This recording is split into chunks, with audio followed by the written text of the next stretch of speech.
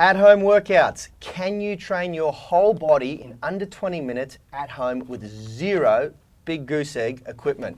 Today we're going to show you how, and we're going to talk about what most people are getting wrong with their at-home zero equipment workouts. All that and more coming up right after this. We are the gym that teaches people how to move instead of just exercise, because we believe that health is about performance, not just body image. Hey everyone, in case we haven't met, my name's Rad Burmeister, that's my brother Yanni, and that is Phil White over there. Yanni and I are the co-founders of Unity Gym and the UMS, the Unified Movement System. Phil is our resident physiotherapist and all-round knowledgeable dude.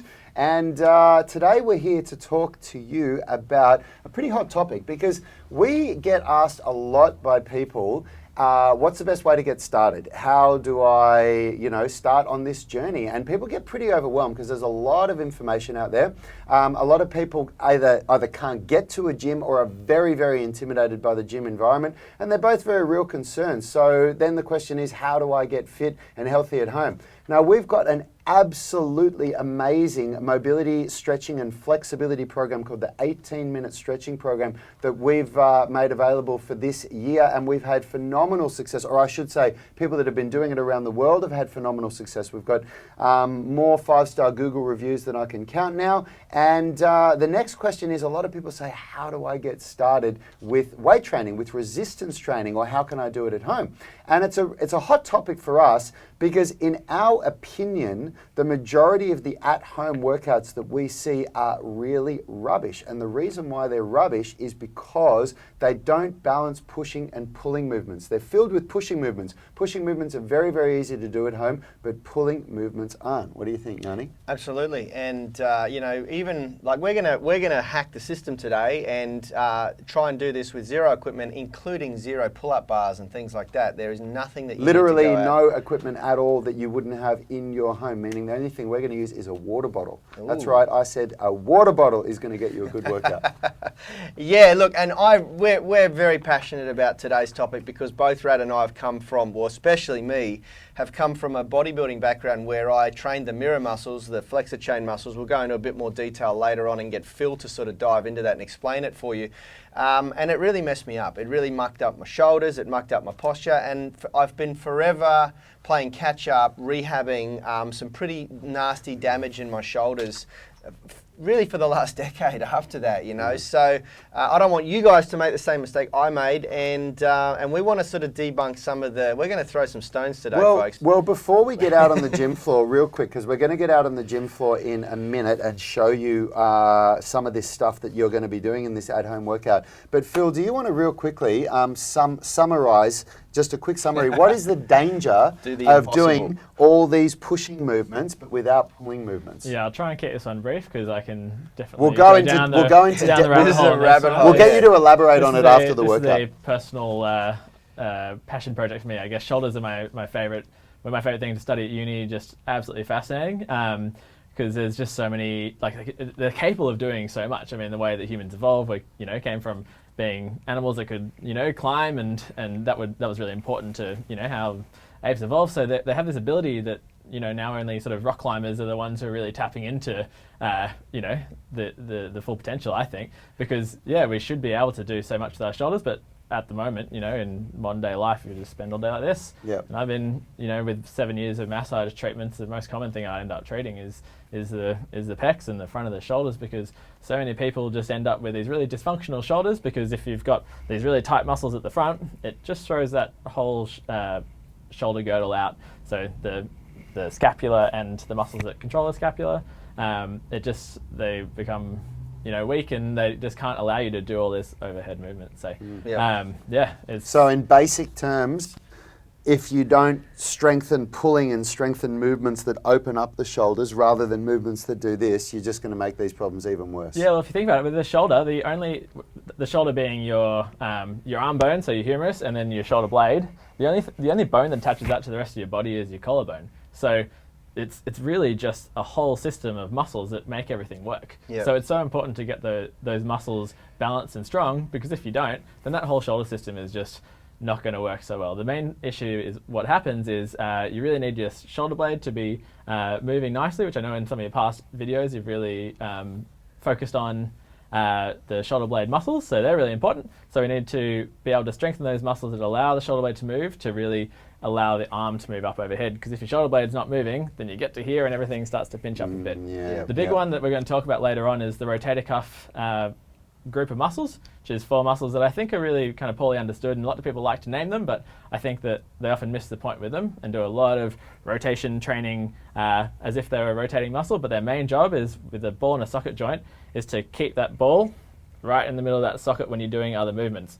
If they're not working so well, and if they're not trained, which is so common when you're doing just these pushing motions, then the ball doesn't stay very well in the middle of the socket, and that starts to cause problems. Yeah, okay. Awesome. All right, let's get out on the gym floor, and we're going to show you guys what makes this workout that we're talking about so unique. So this is the big problem with at-home workouts. When you do an at-home workout, if you look at it, there's so many movements that make you even stronger at pushing. So, of course, you've got push-ups. You know, these are in almost every at-home workout I've ever seen. At a more advanced level, you have these, you know, sort of yoga-type push-ups like this. You have planks, you have all these weird kind of plank variations, you have, you know, these movements like this, which in all honesty, that does help to train the posterior chain. That's probably a bad example of that movement, but even still, we're still... example, but that's all right. But we're still training. There's so many movements that involve pushing. And then when you go into the at-home workouts that bring dumbbells in,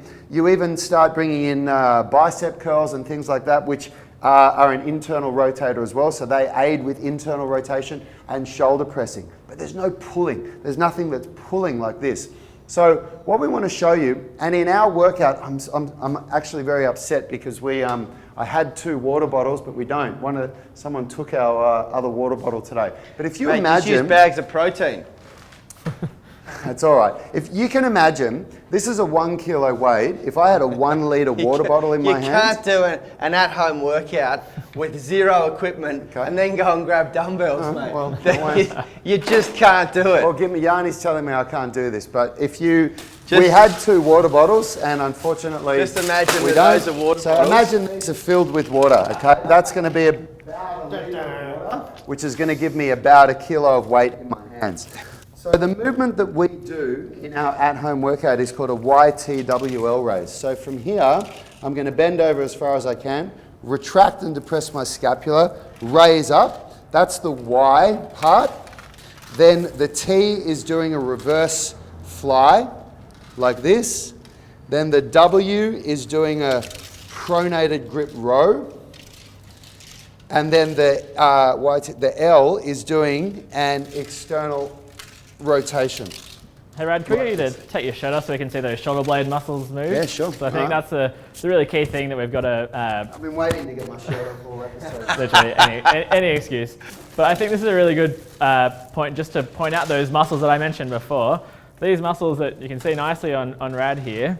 See how they're actually having to do a lot of movement? The whole shoulder blade system is moving with it. So, you know, it might not be much weight, but you're getting these muscles moving, and over time, the way that all the reps follow on from each other, that's going to start to really build a lot of activity through these muscles, which are so often underutilized when you're just doing pushing movements. The key, I think, to the YTWL raise is the volume. You get a lot of time under tension. There's no stopping or resting between each of the transitions between movements. So you accumulate a lot of time under tension, which equates to a lot of volume, and that volume is what gives you the hypertrophic response and also the strength gain response. So it's a really, really great little drill.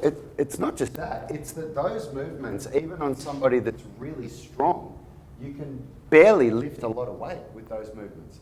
Like even for someone like me that does a lot of training like this, when I do those exercises, I don't lift more than about 3 or 4 kilos as my maximum weight in a workout. And I get wrecked from that. So for the average punter at home that is a beginner, like 1.5 kilos would flog you. And anyone can get a 1 litre bottle of water. Like if you can buy this program, you can get a 1 litre bottle of water or a 1.5. So the way that we do this, by doing, like anyone can do a push-up because we can do it anywhere, and there's ways to scale the push-up to make it easier and harder. But then to balance that with those movements, that is the biggest difference between the way that we do our at-home workout. Yep. And I think it goes further than that. It's not only just that volume is bringing in just the muscle building capacity.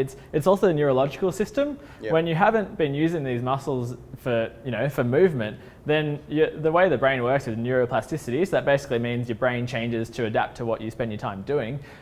If you're not using these muscles in that sort of way, then you just start to send less signals. So you might think of it like a river. If there's no water going into that river, then it's just going to trickle down into a little creek. And so for people who are at a desk all day doing this, you're really not sending much stimulus to there. So you can think of it like those muscles are only getting a little creek's worth of neural input. And so once you start doing these exercises, it starts to switch things on, and it kind of opens the floodgates a bit, and it gets your brain to start sending more and more signal down to these muscles, which allows you to then get better control of them and also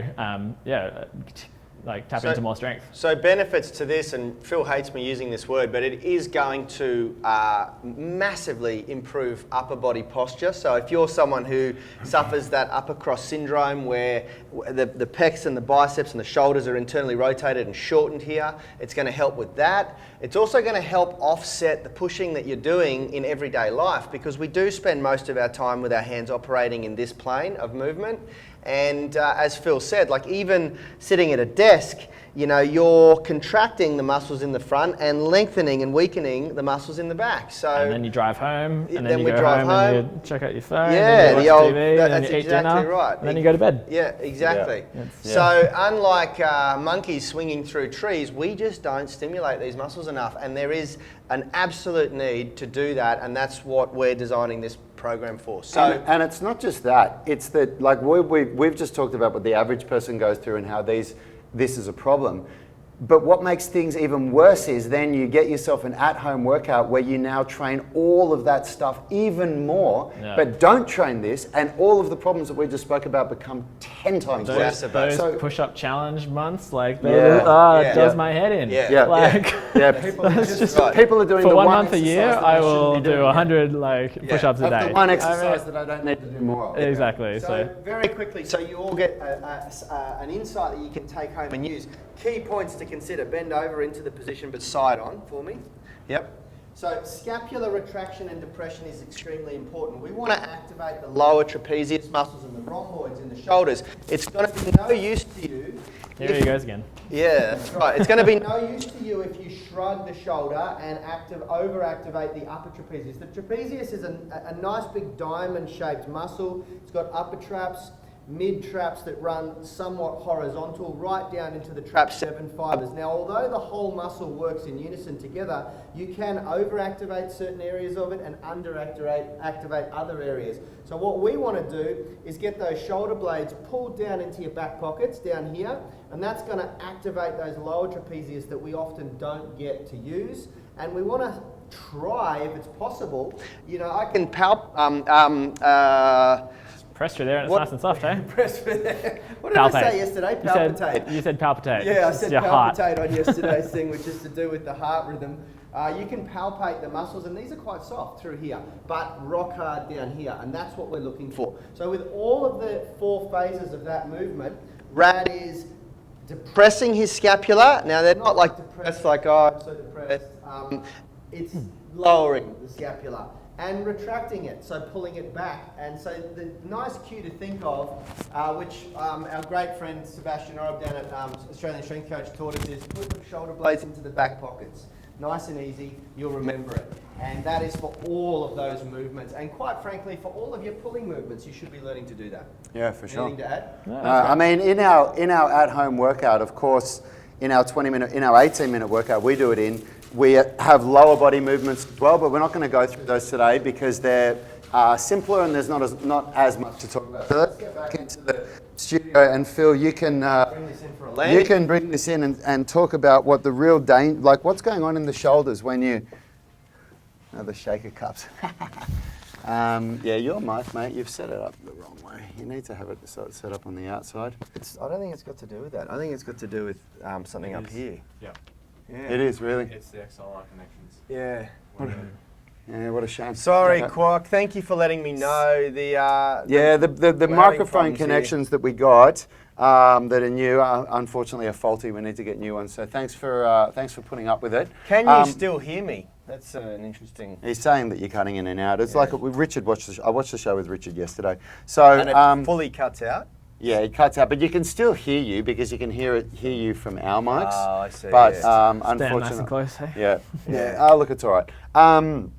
Yeah, so Phil, talk us through the structures of the rotator cuff and, you know, the dangers of not strengthening this stuff and strengthening all of the pushing muscles. So I guess I touched on this slightly before, so I'll just go into exactly with the rotator cuff itself. So there are actually 4 muscles that all sit on the shoulder blade. So shoulder blade, your scapula on the back there.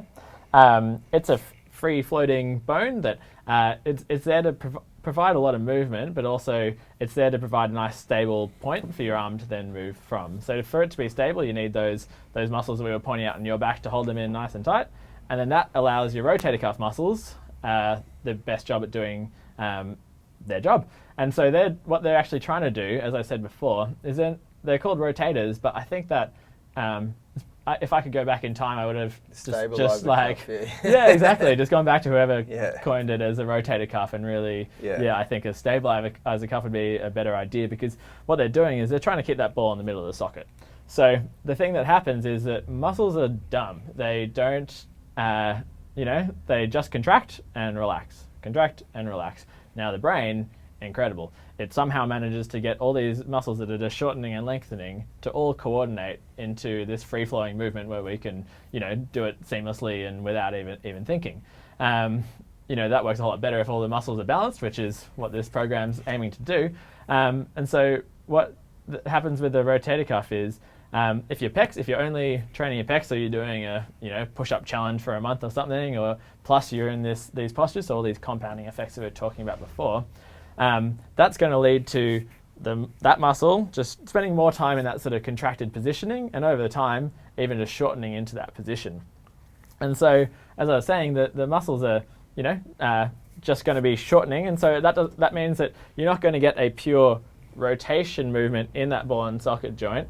You're going to get a rotation, but also a glide. So a glide is happening in all of your joints and because when your muscles are pulling, it's going to pull that whole bone. Yeah. So does that make sense? Yeah. So same with your, with your knee, your like your quads are going to cause like a bit of an anterior glide. That's why you have your ACL there to stop the knee moving. So you've got all these systems in place to limit the glides and make the most of the powerful contractions. But when these muscles become too tight and these are weak, then the glide is worse. So you get that. You're getting, when you're pushing, you're going to get that rotation, but you're going to get also a bit more glide. The rotator cuff there is there to counteract that. So it's sort of sitting on the back of the shoulder blade, and it's holding on. So when you're getting that rotation, it's holding on and stopping the glide. Does that make sense? Yeah, it does. And what's the problem with the glide? What happens there? Yeah, good question. I think you've been a living example of it, where you had a bit of a shoulder injury from a little while ago. And what can happen is when that glide, you get too much of that glide, then it can start to aggravate some of those passive structures, similar to what I was talking about yesterday, where you have the passive structures in your body that provide support. So you have things like your ligaments and your cartilage as well. So in your shoulder, you've got your labrum, which helps keep the ball in the middle of the socket. But if you start gliding around too much and hitting up against other structures, including the bicep tendon, which is often why people get that sort of pain at the front of their shoulder, is if they have a shoulder that's not doing very well at keeping the ball in the middle of the socket, then it starts to aggravate all these structures around it and cause a bit of shoulder pain when you move. And man, I can testify to this because I've suffered a slap tear only 5 months ago and a torn supraspinatus, which is a part of the rotator cuff. Fancy name, but it's basically part of that. You're part of that structure that you're talking about. It's just a cool name for it. But slap. I never really valued these kind of movements before until I did this injury, and I've doubled down on this stuff now. And you could see when you watch this video, I've got a significantly massive more. shoulders. Well, no, but I've got significantly more muscle hypertrophy in the back of my shoulders than most people my size do now because of this, and it's made a massive difference in my shoulders. Like I've recovered so well from that injury, and that's one of the reasons why we're putting these movements in this and I program. think just on the rotator cuff and shoulder function in general, I think what people often miss is they go very much into just training the rotator cuff as this very specific muscle. I think it's important to train them specifically to get a bit of hypertrophy through there. But then, as we talked about in other shows, it's all about systems in the body. So you've got to get that system working well. And that's what I love so much about this program is you're getting these pushing movements, which are really like excellent movements to train the system, but just as long as you've got something to train the other part of the system the as well. balance, If you don't have that balance, then the system and that's why that work. YTWL raise is so good as well, because it does so many of those different movements in one. Such a perfect start. Yeah. So just very quickly, the key points that we wanted to touch on today, we've covered the first one. The number one rule that you must follow when strength training is you must train in balance. And we talk about balance in three ways. Balance, first of all, between strength and flexibility.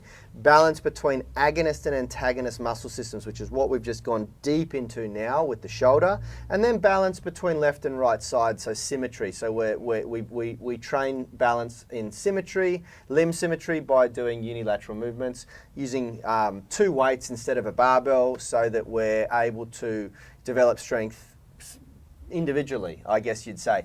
The next point we wanted to cover is the best exercise to both burn calories and promote healthy posture. The best bang for your buck exercises should do everything, like the squat is one of our favorites for the lower body because it's so good at promoting good healthy mobility and flexibility.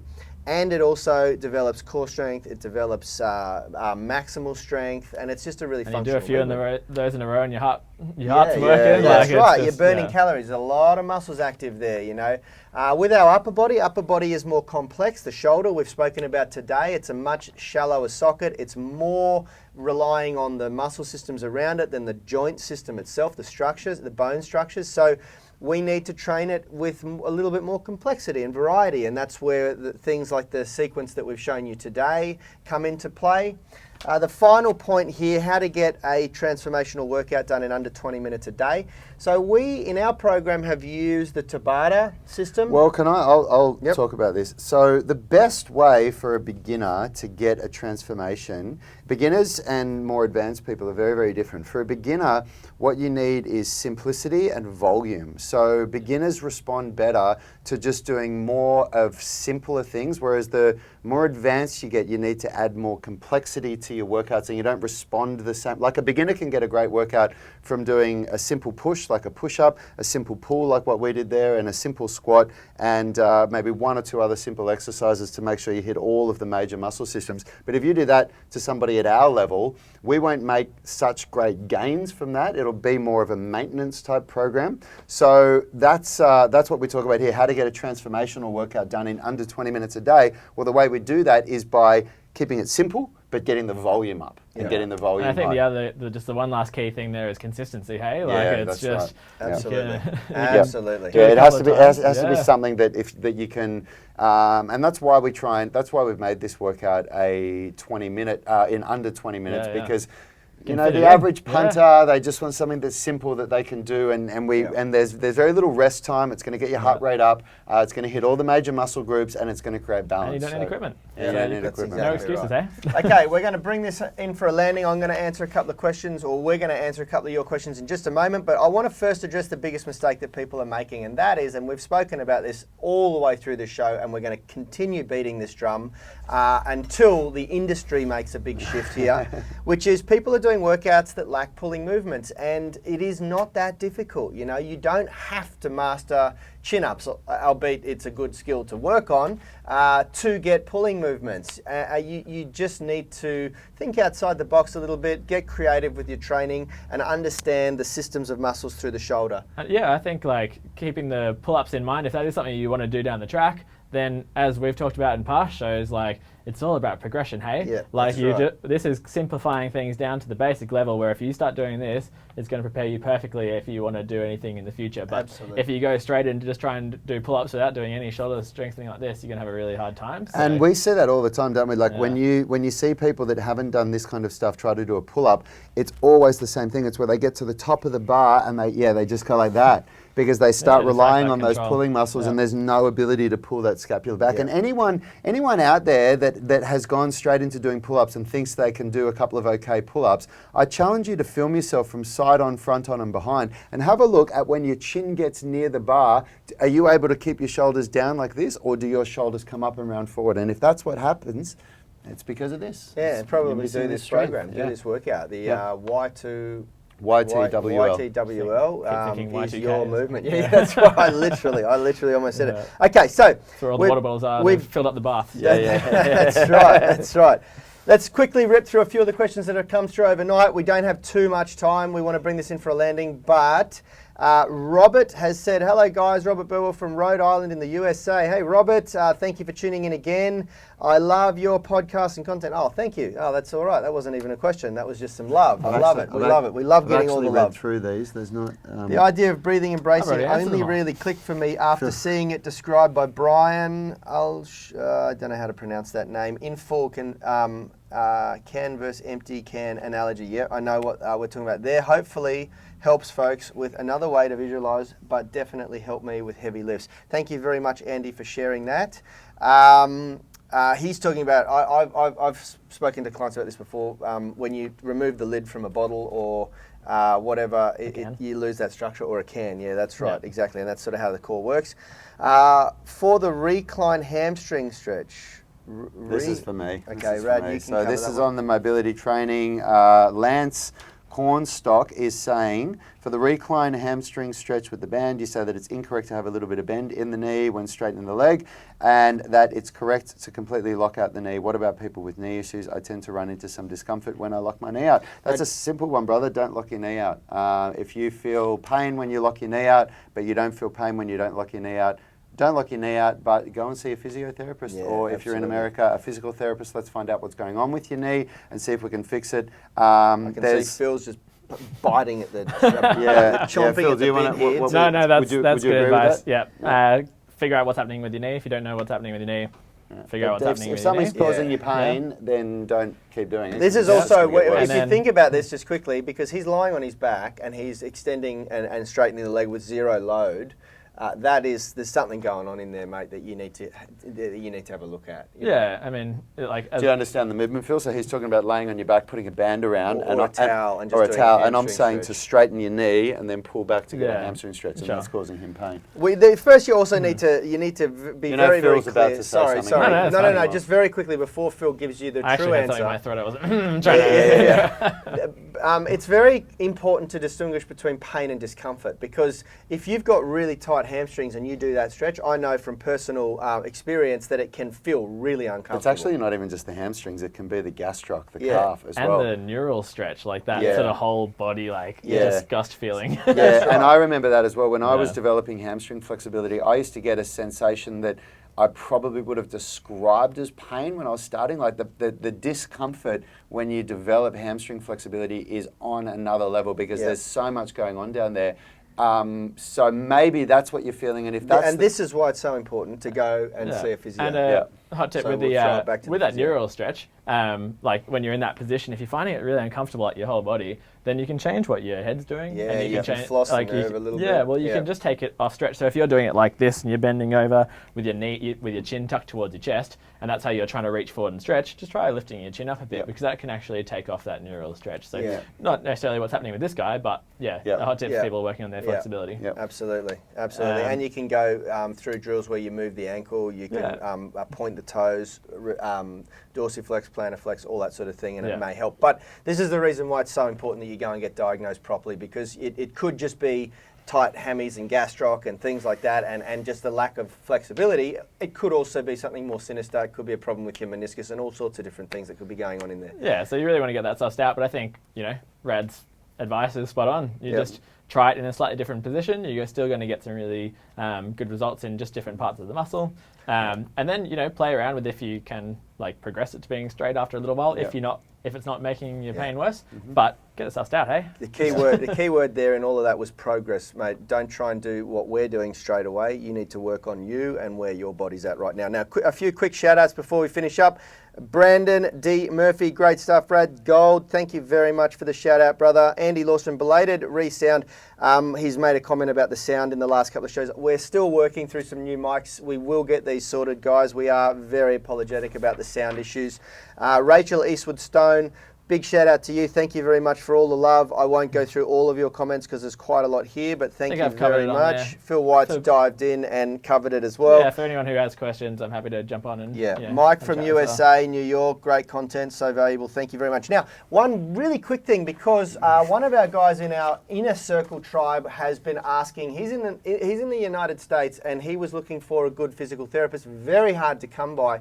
Phil does international consultations. He consults with people all over the world and he's very, very good at it. If it's a matter of exploring issues in your body and getting someone who's a little bit more knowledgeable to help, it's great to align yourself with the right team of people. Reach out to us and we can get you on a private call with Phil and you can take it from there. I'm still sussing out all the technical aspects of it, but it's something that's all fine. You can do a Google Hangout and he can help you. Have a chat. Yeah, just send us a comment and say, hey, I'd love to get in touch with Phil and have a chat to him, and he'll do his best to help you out and support you. Other than that, guys, we have a massive Friday Frenzy kicking off today.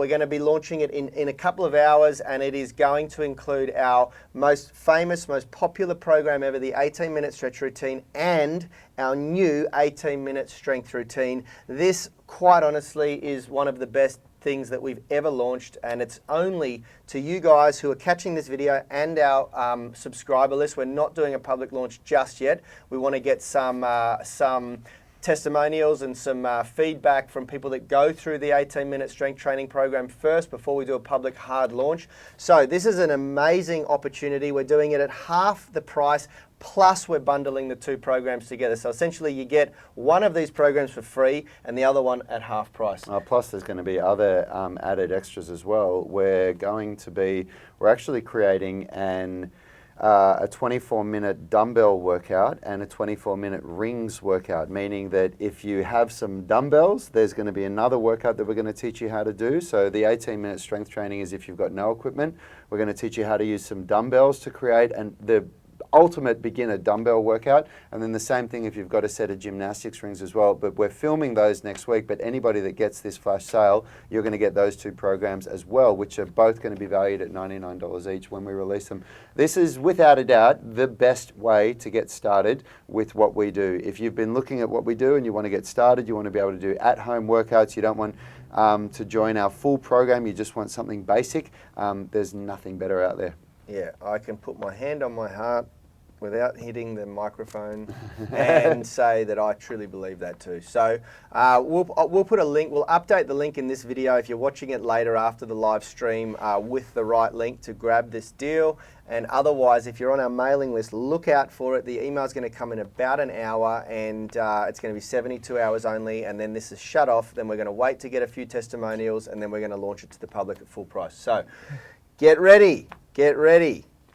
Yeah, that's it. That's it. That's a wrap for the week for us, guys. It's have a Friday great weekend in Sydney, Australia. For all of you in the States, sucked in. You've got another day of work. Other than that, we will see you on Monday. Take care. Have a good one, guys. See ya.